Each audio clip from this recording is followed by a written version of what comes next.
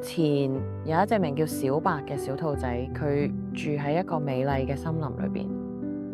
咁小白係一隻非常好奇嘅小兔仔，佢日日都中意喺森林裏邊探險，結識新朋友。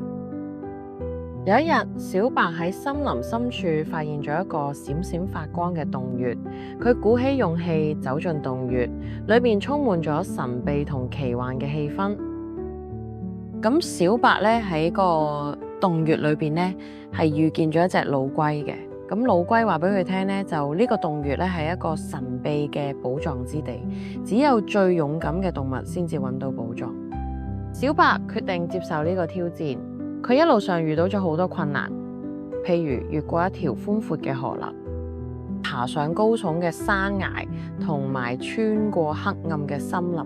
每一次咧，小白都依靠自己嘅智慧同埋勇氣咧，成功克服咗困難。咁最終咧，小白揾到咗寶藏啦，原來係一粒閃耀住金光嘅大寶石。小白將呢一粒寶石帶返森林，並同佢嘅朋友們分享，大家一齊慶祝小白嘅勇敢同智慧。森林裏面充滿咗歡聲笑語。